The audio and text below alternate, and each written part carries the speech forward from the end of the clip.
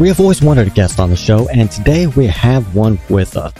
Now, she isn't any ordinary guest. She actually comes with her own unique story that we find rather amazing. She is newly married, and she has a rather large following. But as we all know, there are challenges that happen with any relationship that goes through any major turns. Now, her relationship has gone through some major challenges, and she has her own relationship blog titled And Coffee Blog. And she is here to lend her insights as to how she and her husband built a stable foundation for their new marriage. She also has an upcoming podcast that I personally find very exciting and a soon-to-be-released website. So with that, we want to welcome Lauren to the show. Whoop, whoop. Lauren, the first thing I want to do is, where can people actually find you and your blog? Yeah, so I am pretty spread out over social media. I am most active currently on my Instagram, which is And Coffee Blog. That's and A-N-D Coffee C-O-F-F-E-E blog B-L-O-G. I'm active on there pretty much daily through my stories. My website is being built behind the scenes right now. So I have a really good friend who is building me one custom from scratch. So he's working on that. I know, I'm so excited. Yeah. So when I have that, we'll let you guys know. I know what I want my domain name to be, but we got to like purchase it first and stuff. So I'll keep you posted there. Yeah, kind of get that reserved. Yeah, exactly. So we're kind of going through some other things right now before we get all that situated. But the other place to probably be a good way to find me is going to be on Pinterest. My username is again And Coffee Blog. And then I'm on Facebook as well, which is facebook.com/And Coffee Blog. Yeah, and we will have all those links and everything in the show notes, and people will also be able to find it on our website. So they can actually go to the show and it will be listed right there for them. So we'll be able to get all of that out in case people missed it. Cool. So, guys, just so you know, if you're listening for the first time, as you can tell, we have a first guest. We're super excited. And today's going to be a little different. We don't have any questions from curious people, but we do have one unique part about Lauren that I think is important. It's the fact that she's married. And so we're gonna just dive into the concept of getting married, making that choice, letting people know that it's okay to get married, even if you're scared, and that there's a right way and a wrong way to do it. And also, she's a fan of these things that are called Enneagrams. Yes. Yes. They're super intense. And me and John did ours today, and we can't stop thinking about it. Yeah. So we definitely want to touch on that. Types you are. We're gonna have to get into all of that. Okay, let's do it. I'm type 7. Okay, cool. Awesome. And then John, what about you? I'm a type 1. Okay. So, type 1. So first with the Enneagram, everyone likes to think like numbers have like numerical, like the numerical value is equivalent to like who's better. Totally not true in the Enneagram. It's just a labeling system. It's like a list. Yeah. It's like, it could have been colors. It could have been fabric names. Like it didn't matter. So ones are often called like the moral perfectionists. They have a really big inner sense of like right and wrong, and they struggle with gray area. And so when people have really complicated emotional situations, it's an area where am I hitting a couple nerves? Have you met John? He's freaking nuts. Well, what makes that even more interesting is that my day job, I am in law enforcement. Yeah. Yep. that would apply. Yeah. So they have that huge like moral compass. And even if their moral compass doesn't necessarily like align with like the rest of the world, they know what's right and wrong for them. So a big area of difference where you'll see like in type 1s is someone who's like religious, and maybe their religion doesn't align with like the law of the land or something like that. Or even better yet, like the cultural, like social laws of the land. And like if they live a different area, or like monks are another great example of just like a quick overview. You know, they have exactly what they do right and wrong, and it doesn't necessarily align with everyone else in the world, but they don't care. They're going to do it because that's how they function. All right. And then 7s, my best friend's a 7. She was at her wedding, and 7's, the big thing with them is like people like to assume 7s are really extroverted because they tend to be like, they're called the entertainers. So they're very fun loving. They hate boredom. Boredom and monotony makes them feel trapped. And that makes them go into panic mode. They can't do it. But they're not necessarily super extroverted. They can definitely be quiet, because the thing about the Enneagram is it doesn't care if you're extroverted, introverted, social, or antisocial. It doesn't care at all. It cares about what motivates you. Yeah. So at your core, what 7s are motivated by is excitement and adventure. They're constantly wanting to do new things. They're not really emotional in the sense of they're not fazed by a lot of things around them. They don't typically experience vast bouts of like sadness and things like that other Enneagram types could experience. Like my type definitely experiences that, or my husband, he's a type 3. Like they experience huge amounts of emotion. 7s and 1s, they don't really feel either of those.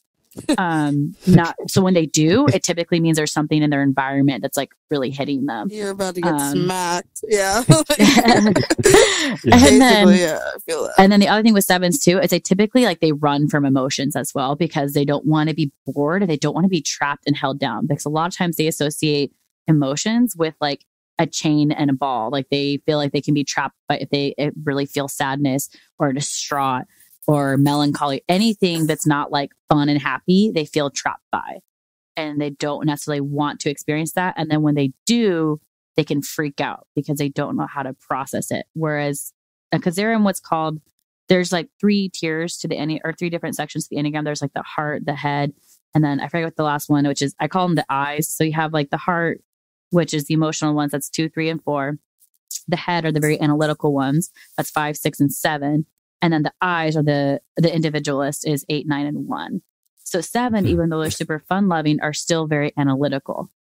So they don't want to feel emotions. So they run from them. Ambiguous also. Yeah, they can be. Yeah. Oh yeah. The 7s are the ones I love the Enneagram meme pages. 7s, there was this one that was like, my sister's a 7 and we were out drinking last night and her friend got too drunk.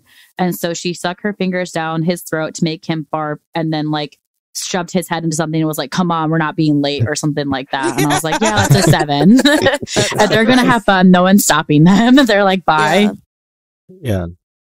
Yeah. Cause I was reading over everything and I was like, oh my gosh, this is, yeah. Yeah. Right. It's like, you almost like want to be mad at it because you're like, you don't know me. But then it's like, oh no, like you do. Yeah. Like I was. I think the only part that I possibly disagreed with a little bit is the right part. Yeah. Is the emotional part, because I have almost no problem doing that. But yeah. Feeling emotions and things like that. Yeah. Because. So then what you could be is like a 1-wing 2. Oh yeah, so you probably have 1 wing 2. Holy shit, he is a wing 2. That's crazy. Yeah, so then you probably have some alignments because I'm either a solid 2 or 2 wing 3. We haven't quite decided. Yeah, this is what I also love about the Enneagram. And so I was reading a book by Beth McCord called Becoming Us, which is a marriage book about the Enneagram. Those. Yeah, oh my gosh, I love all of them. But one thing she talked about was, you know, the Enneagram is not like an end all be all. It's not like your blood type. Like your blood type doesn't change, right? With the Enneagram, she's like, try one on. And if it doesn't feel right, try a different one. Like keep exploring. Like it's okay if like a test says you're this type and then you're not. Like that's not a huge deal. There's no, like nothing is wrong at all until you find the right thing for you. Right. So 1 wings 2. 2s in particular are very warm-hearted and friendly, like to a fault almost. Our big core desire and our core fear coincide, and that's the sense of belonging and acceptance. We strive to belong and make others feel belonged, and we feel not belonging and not being accepted. And we function in that like 100% of the time. And I look back in my life and I'm like, oh my gosh, yeah, I was always so panicking over if my friends like me or, you know, why didn't they like me or like this, that, and the other thing. And it like would consume my thoughts, especially like in junior high and stuff. Yeah, exactly. I just pulled it up. Type 1, wing 2. It's called advocate from the Beth McCord. This is her term for it because they're not necessarily universal. But type 1, wing 2 is an advocate. They tend to be warmer, more helpful, critical, fiery, vocal, sensitive, action-oriented, and controlling. Boom. That's John. That's literally like... Is that John? Like if we could put that in a pie chart, I swear to God. What about 7 wing 8s? Because I'm a 7 wing 8. Now, sorry guys, we're going to have to do this. Oh no, I love this. 7 Wings 8 are going to be the realists. So they're more free-spirited, adventurous, strong, intensity-seeking, quick-minded, creative, and natural leaders. That's Ashley. So what's hilarious, what's so funny is my mother-in-law and my father-in-law he is a 6 Wing 7 and she is an 8 Wing 7. Nice. So their common ground is 7. And which is not necessarily like every couple doesn't end up that way. That's not a thing. They just like happen to be that way. And it's so true because so my husband's half Mexican, half Italian. And then my dad's Mexican. Also just for awesome. Okay. But here's the funny part. I'm white as all get out. I have blonde hair and blue eyes. So genetics are fun. So we have like a blonde Mexican somewhere on my dad's side. It's hilarious. Anyways. Yeah. We go to a lot of parties. We go to a lot of quinceañeras. And his parents are like, they come late, they start the dancing, and then they dip. Like they get everything going and then they leave. And that's their 7 coming in and like getting everyone excited and then they leave. And if they leave before the dancing starts, everyone leaves. Because they did that. We went to a quinceañera last Saturday and they had been there since 2 p.m. and we didn't show up until 6 because we were like, we're going to wait till the dancing starts. We show up and his dad was like, we've been here since 2. And I was like, God, why? Why would you do that to yourself? He was like, well, we're here for her ceremony. And I was like, okay, whatever. And then we waited another 45 minutes, 2 drinks in, still no dancing, no cake, nothing. And his parents start to leave. And I'm like, gosh, dang it. If they leave, this party's over. And 20 minutes later, they left. And I was like, all right, I'm just going to finish my drink. And then we're leaving because it's not going to start now because they left. There's 100 people there. But like if Juanita and Nico don't start it, like nothing's happening. That's awesome. Yeah. So that's God, Christmas in their house must have been fun, dude. Think about the half Mexican, half Italian. Like that's the ultimate party. Like if I were to ask anybody to throw me a party, it would, because the food is good, the music is fantastic, the drinks flowing. I mean, like that is the ultimate party. Last year it was just his parents, Miguel, my husband, myself, and then his brother Jose, and like that was it. So it's pretty mellow, but the food was still phenomenal. But Miguel's going to his Italian side for Thanksgiving this year. And then I have to go to my grandma's side because she has some health concerns. So I'm going to go be with her. But he's going to that side and he's already like, Lauren, I'm going to end up getting so drunk. Yep. Well, have fun. My grandma's sober, so have fun with that one. Dude, they got extra seats because I'm trying to be there. Oh, there's probably so much mozzarella and so... Oh, you want to know the best part though? It's really not the best part. It's the worst part, but it's also like the funniest part. Him and I are both lactose intolerant as of a year ago.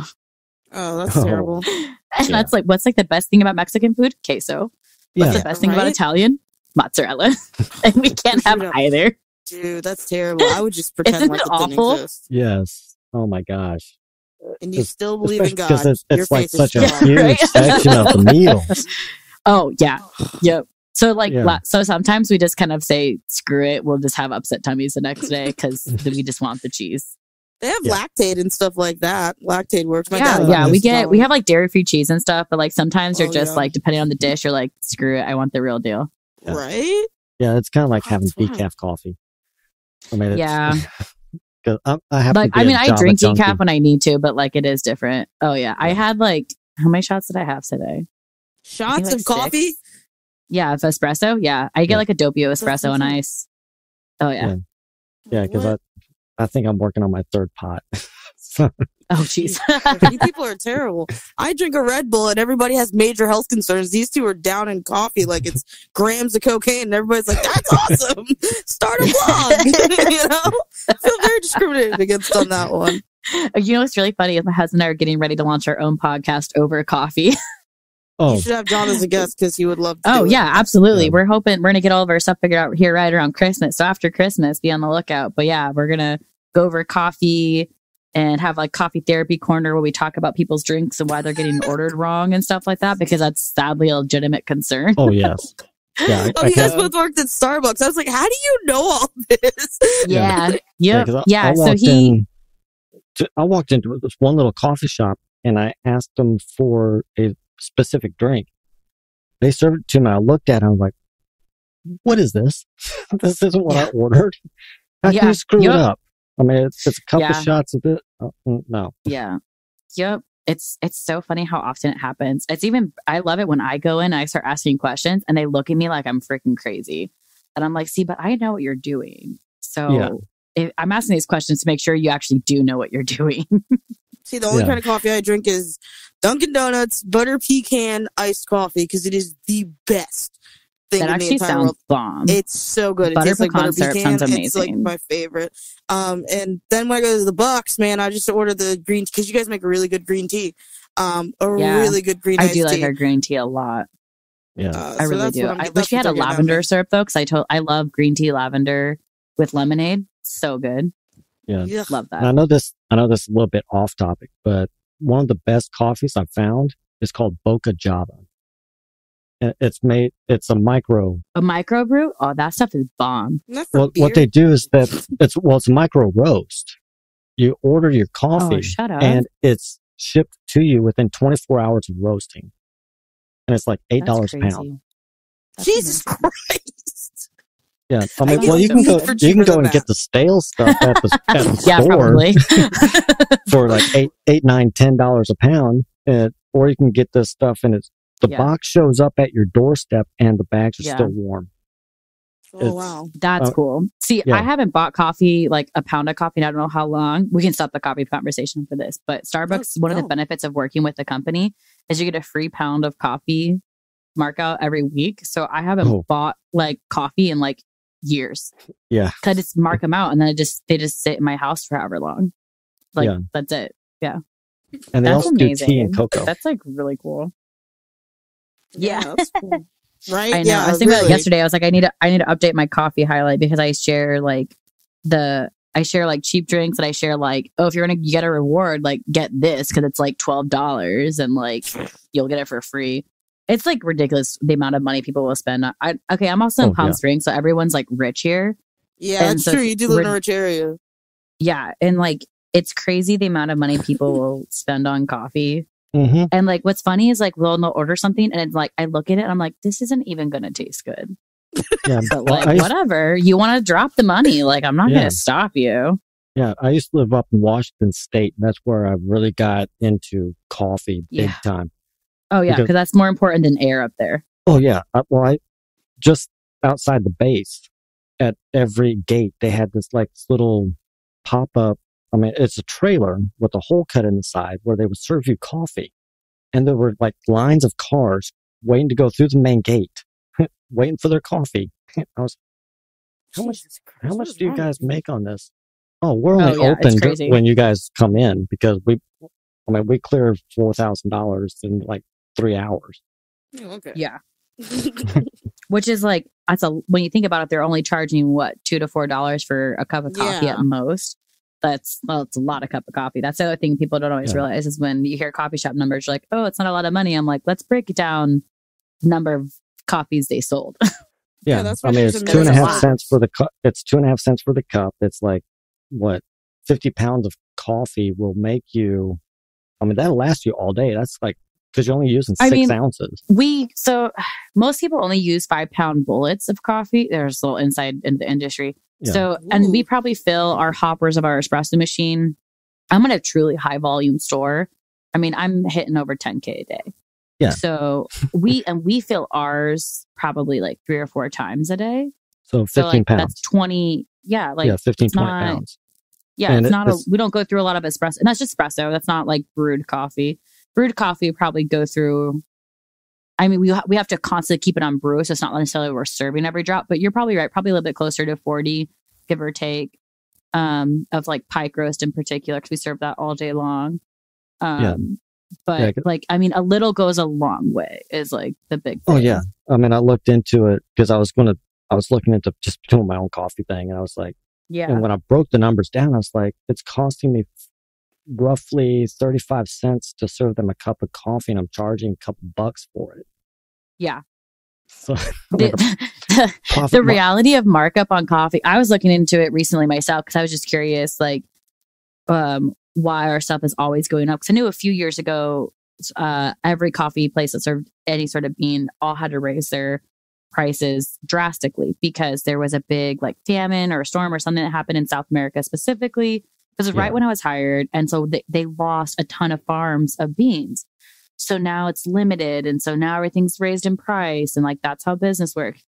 But since then, I was like, man, I feel like some of these price jumps are just like really severe. And not just at Starbucks where I work, like I'll go to other places too. And I'm like, wow, this is like really drastic. And so I started like doing some research, and the amount of markup on coffee is like, it's no wonder people just always want to open up a coffee shop. If you get someone to do the legwork and show up in the morning, like you'll be making a lot of money in no time. Yeah. I mean, as long as you know what you're doing. Yeah. The most expensive part is the espresso machine itself. Oh, 100%. Yeah. That's your biggest investment. Yeah, I think I looked at one. It's $15,000. I was like, holy shit. What the hell kind of market is this? Like, I don't understand. You guys know coffee seems it's like never going to go away. Everyone wants coffee. This is like a drug. Okay, you guys are talking. Oh yeah, like, I've been like very legitimately, like I have been addicted to caffeine since I was 18. And like I'll go on like hiatuses where like I'll lessen my caffeine intake, or like right now I have a really like nice controlled amount of like caffeine intake and everything. But like there was a hot minute where I was having 10 cups of coffee a day. After 8 o'clock, I would switch to decaf because I just wanted to keep drinking coffee because I love the taste of coffee so much. But like, oh yeah, there was a hot minute where it was bad. I am so used to it. I can actually have a cup of coffee and still fall asleep. So been there. Yeah. And I mean, like my last physical, not only for work, but also like my last physical for my shoulder before they did the surgery. They took my blood pressure and they're like, do you feel okay? I was gosh. No, I mean, I literally have to hold my breath in order to get my heart rate up so that I can actually do my physical test. Oh, wow. Yeah. And everybody makes fun of me. They're like, how long did you hold your breath this time? Shut up. That's funny. That's awesome. Okay. Switch back and go back over the podcast here. You guys got anything else you need to say about coffee before we change the topic to something difficult like marriage? I think it's important for our listeners to hear it from a married person. Simply because me and John give all the advice we want, but at the end of the day, we don't have successful marriages. And so it's kind of like just talking out of your ass versus if we talk to you, and we have a lot of people say they're afraid to get married. So if we're able to, kind of put it in perspective and let somebody who's happily married, talk about it, then maybe we can encourage somebody to pop the question or to say yes or to know or even just not be like as intimidated by it because like to solve the jitters. Yeah, absolutely. I mean, I would say like probably I'm sorry. I was about to probably say the exact same thing you were going to say, which was like at the end of the day, like it is big and scary and like you're going to be jittery because it's a big commitment. It's like having a kid. Like, yes, it's big and scary. And like I'm the type of person that I don't really consider divorce an option until it's the only option, if that makes sense. Yeah. Like if it's like an abusive situation, that's a different conversation. But if you're just struggling in your relationship and if you were just dating, you just break up, that's not the same to me as like getting a divorce. One, because there's a lot of other aspects of it. Like if you have children, the monetary aspect, all of that. But then for me, the bigger thing is you made the commitment to be married. So then you owe it not only to yourself, but to the other person and anyone else who's now involved, like your children, to do everything you possibly can before you consider that an option. Yeah. And so like even me going in fully content with Miguel and everything, I was still freaking out of nowhere. I was like, oh my God, I'm with him forever. And it was just, it's huge, but it was the best decision I've ever made in my life. And I would never go back on it. Yeah. I mean, I can't say that the jitters will never go away, but they can be tempered down to where you're kind of okay with those jitters. It's almost like an adrenaline rush or like a stage nervousness where like it's scary because it's a big deal. But like once you take that step, like once you do what you need to do, once you like, I'm a theater kid. So like for me, it's like once I walk out on stage or walk into that audition, you do whatever you need to do to move the play forward. So in this case with marriage, for me, it was like, yes, it was scary, intimidating. And the world tells you all these different thoughts about marriage from, every sort of background and you have all these perceptions of it. But until you walk into it with the right person, you can't let any of those fears control you, because if you do, like, you're never gonna, you never know how good it can be. And for me, like, that's been the best aspect of it. I think that's where a lot of jitters come in, is the concept of having the right person. And there's like this, on both sides, I imagine there's this pressure to either, hope that you found the right person or to be that right person for somebody. You know what I mean? Oh, totally. I think that's like, to me, that's my biggest fear is the concept of, oh shit. Right. Like I have, what if 20 years down the road I lose my leg? Is this person still going to marry me? Or still, they're going to stay with me? You know what I mean? Like, I'll be honest, that is not a question I thought of, but I thought of other weird ones.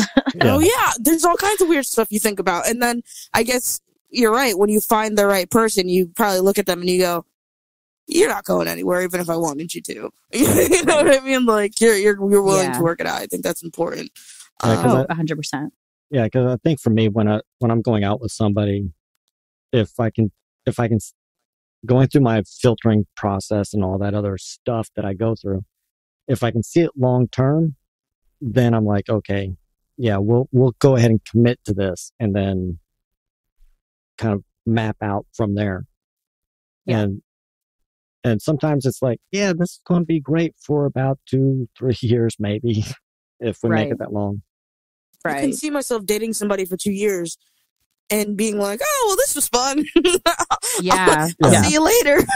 I know so many people who are like that. I had friends who were just like, I'll go on one date. I had one friend who I was so frustrated with her because she would go on, like, every night there was like a different date with a guy, and she would always find something to be upset with him about. Like, and sometimes she'd really over exaggerate things. Like, I remember one time Miguel and I were dating, and we're actually all at the same house. We're at my house, and I was in Anaheim, and we were hanging out in the living room and everything. And then my friend, and because she was living with me at the time, and then her date came out of the bedroom, and she was just like saying bye to him. And it was kind of early. Like, we just got on there like an hour prior. It was like 8-9 o'clock in the evening. And she was like, basically kicking him out nicely. And she was like, he doesn't believe in mental illness at all. And I can't deal with that because she struggles with some mental illnesses. And I was like, oh my God. Like, in mental illness. Well, and I was like, oh my God, like, who is this loser who doesn't, like, what is going on? And she was like, what did she say? She said something about how he said not every person who claims they have an anxiety disorder actually has an anxiety disorder, that sometimes it's not. Like, I got her talking, and basically I wasn't in the room, so I can't speak for him, but my interpretation of it was he was saying that every person who is like, oh, I have an anxiety diagnosis isn't correct. That you have to be diagnosed before you can say that. And like, anyone who struggles with anxiety doesn't necessarily have the full diagnosis. Because I think for him, the way she was explaining to me, what I interpreted as was, he was like, you need to be diagnosed to claim the diagnosis, and other people are jumping on the bandwagon. Yeah. And I was like, oh, well, like, I agree with that. Like, I know a ton of people who do totally that. Agree with that. But she always just looked for an excuse to not continue beyond the first night unless she really found them attractive. And for me, I was like, why are you wasting your time? Like, right? Because now you just get mad at these people for no reason. And then a lot of people she was dating were coworkers. We were in Anaheim, and so she worked at one of the big amusement parks and stuff. And so it was like a lot of them like were other park workers or people she saw on a regular basis. And I was like, why are you creating so much conflict for yourself? Like, this is ridiculous. But I couldn't stop her, and so I was just like, I'm not even going to bother trying. Right. But for me, I was just like, I've dealt with that. And I was just like sad for her. Like, oh, go ahead. Well, when I was training people on, both girls and guys, on how to actually meet somebody and hopefully find that someone. Yeah. Yeah, I would rip them up because, well, what's wrong with her? Well, she does this, and I was like, do you want to meet somebody? Right, exactly. Like, she does something human. I can't date her. Yeah, for me, like, you know what I mean? For me, it's more the characteristics. That's what I'm looking at. Absolutely. Yeah. Well, and like, my thing with her was she would always say that she wanted a boyfriend and she wanted a long-term relationship. And, she was like, I don't want to get married anytime soon, but she's like, but I want to get married by the time I'm like 30. So I would love to date someone for like 5 or 6 years. And I'm like, you never get even past the first date. Right. And then it was just, I was so confused. Like, what you say you want this, but you're not setting yourself up for success. And this is where we are going to wrap this part of our conversation with Lauren. You can find Lauren on Instagram, Pinterest, and Facebook at @andcoffeeblog. which is one word spelled out A-N-D as in David, C-O-F-F-E-E, B as in Baker, L-O-G. Links can be found in the show notes and on the Girls Ask Guys website under this episode. Be sure to subscribe so you do not miss the second part where Lauren shares the struggles she and her husband went through before they were married. We appreciate everybody for listening, and we will talk to you on the next one.